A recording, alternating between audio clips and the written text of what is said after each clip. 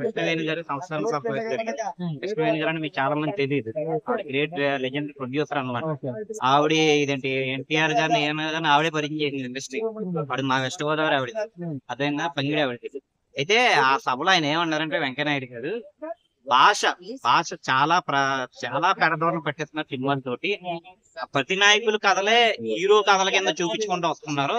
అతను ఏ సినిమాలు తీస్తున్నాం ఏంటి, అసలు ఎక్కడికి వెళ్ళిపోతుంది సినిమా ఇండస్ట్రీ అని చెప్పి ఆయన చాలా బాధపడ్డాడు. ఆయన తెలుగు భాషని చాలా దరిద్రం హీనాతిహీనంగా చేస్తున్నారని చెప్పారు. ఆయన ఒక పక్కన అలా పెద్ద పెద్దలు అందరం చెప్తున్నా కూడా ఇట్లానే చేస్తున్నారు. మొన్న లైలా అనేది సినిమా తీసాడు విశ్వక్, ఏమైంది తీవ్రంగా అతనే క్షమాపణ చెప్పుకోవాల్సి వచ్చింది ఇన్స్టాగ్రామ్ వేదిక వచ్చి.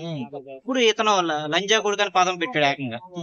అసలు అసలు ఆ పరిస్థితి ఎందుకు వస్తుంది అసలు మూవీస్ లో? అంటే టాటో కూడా ఉంది కదా పదం, ఏమో టాటో కూడా ఎదుర్చుకున్నారు ఆ వర్డ్, అది కరెక్టే అంటారా? అదే నేను అంటున్నాను. రేపు పొద్దున్న మనం ఎవరితో కూర్చుని చూస్తాం, చూసినప్పుడు అడుగుతారు కదా. ఇప్పుడు అతనికే నానికే 8 ఏళ్ళ కుర్రోడు ఉన్నాడు. నాన్న పదవి దాని అర్థం ఏంటన్నా అంటాడు, లంజా కొడుకు అంటే ఏంటని అంటాడు.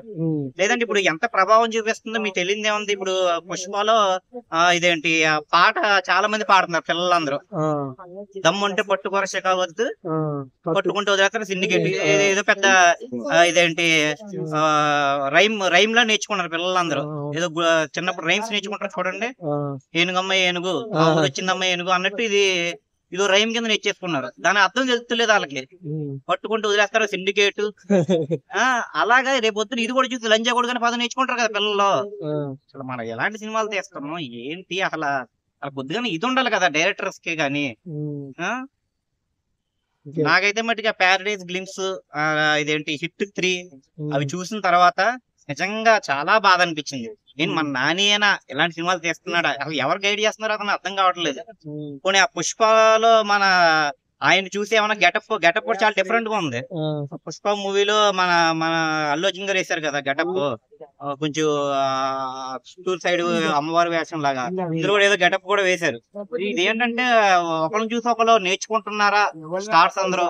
అసలు మనకి ఇప్పుడిప్పుడే మనకి తెలుగు సినిమాలకి మంచి ఖ్యాతి వస్తుంది పాన్ ఇండియా లెవెల్లో. దాన్ని చెడగొట్టడానికి ట్రై చేస్తున్నారేమో అనిపిస్తుంది యంగ్ స్టార్స్ చూస్తుంటే. ఇప్పుడు మంచిగా సక్సెస్ వస్తుంది పాన్ ఇండియా లెవెల్లో.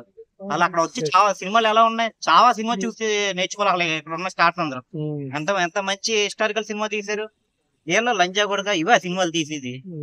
ఓవరాల్ గా మీరు ఏం చెప్తారండి ఒక్క మాటలో? నేను అనేది ఏంటంటే, నేను ఫస్ట్ షాక్ అయ్యాను. అసలు నాని గారు ఏంటి ఈ తరహా సినిమాలు చేయడం ఏంటి, ఆ డైరెక్టర్ ఏ ఉద్దేశంతో చెప్పాడు, ఆయన ఎలా కన్విన్స్ చేశాడు నాకు అర్థం కావట్లేదు. లేకపోతే అదే డైరెక్టర్ చిరంజీవి గారితో సినిమా అంట, మరి ఆయనతోటి నా కొడుకుని సినిమా చేస్తాడు మరి.